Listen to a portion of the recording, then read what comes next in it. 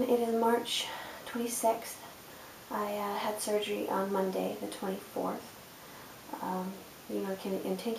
Continuation of the reconstruction. Most of the work she did on the left side, but she did kind of revise a little on this side too. And she took fat from donor sites and did a filling in the chest too. So I'll let you have a look at all of that, but before I do that, yeah, everything went really well. I did stay the night in the hospital just because I was having problems with nausea when I came out of anesthesia again. But I don't think I threw up much, maybe once, and then I was okay. So I'm a lot more sore in a lot more places this time because she took, through lipo, I guess, took fat from my tummy, and she said that there wasn't going to be enough. She needed to find another donor site, so she took the rest of it from my thighs. So I've got quite an interesting pattern of bruising that I'll show you, so if that's disturbing, you might want to skip this video. But yeah, the pain's pretty much under control right now. It's present, but it's not killing me. I am pretty doped up from all the medication they had me on. I feel like I still have a little of the anesthesia in me or something, but so you can see how wicked gnarly that is. That's the worst side. Yeah, goes up. So there's only one puncture wound, but she has this tool, I guess, that kind of everywhere. That side, I think, is not quite as bad, but it's definitely sore. But yeah, so I'll have to show you all the stuff I've got on me. So the broad top thing probably looks fairly familiar because I have had this thing on several times. One other thing that's new. Oops. So yeah, it's that bra thing that's supposed to help kind of.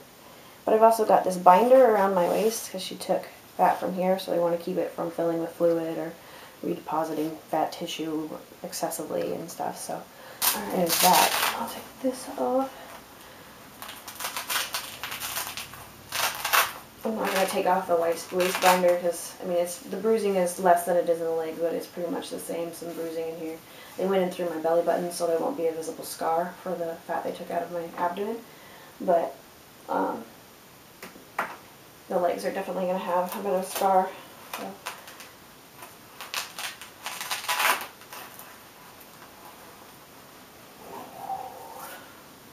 Still sore. Okay, so on this side, you can see she just kind of corrected the scar a little bit because it had like these, she could call them dog ears. The skin was just kind of puckered up, and so she's fixed that. And you can see some of the bruising from her grafting the fat in. So you can see the shape is quite different now. There's that one.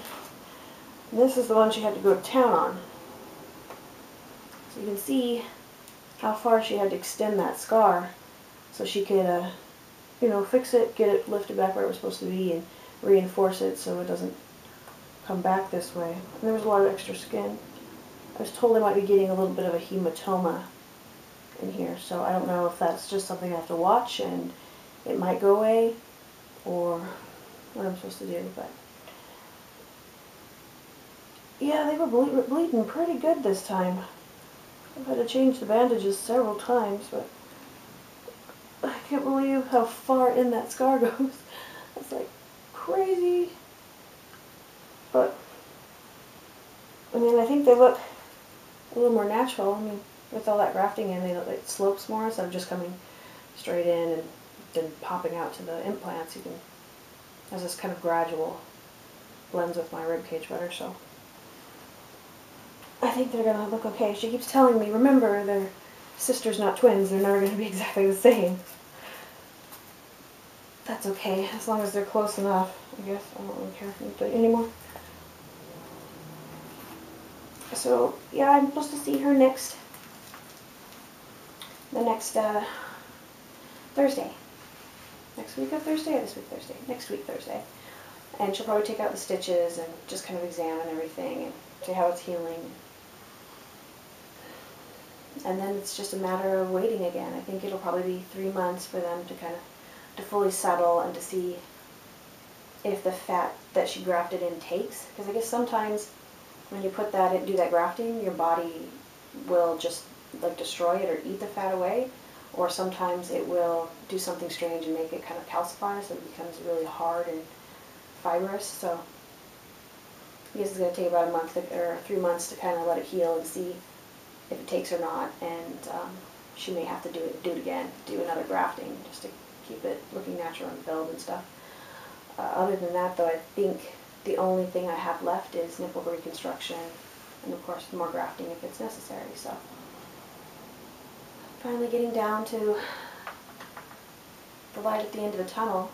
I didn't think it was going to be this long. You know, when this all started, I was mentally and emotionally prepared for a year before I could be whole again.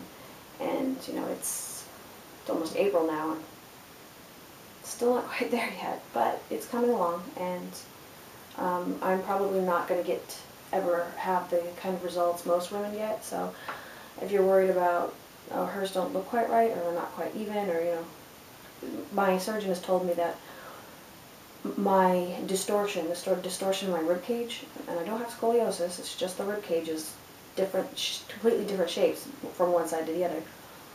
She said it's the worst distortion in the rib cage she's ever seen, so she's really having to kind of think outside the box, I guess, and come up with solutions that she normally doesn't have to. And she said we're just not going to be able to get them to an ideal because of that distortion. It's just not going to happen. So getting as close as possible is fine. And at this point, would just want to be done. You know, I'm sick of surgery. I'm sick of a lot of things. So yeah, that is where we are today. I'll probably in 3 months, when you know after I have a chance to really heal and settle, I'll give you guys another look at, you know, if it took, how it changed as it healed and stuff. So that's all for today.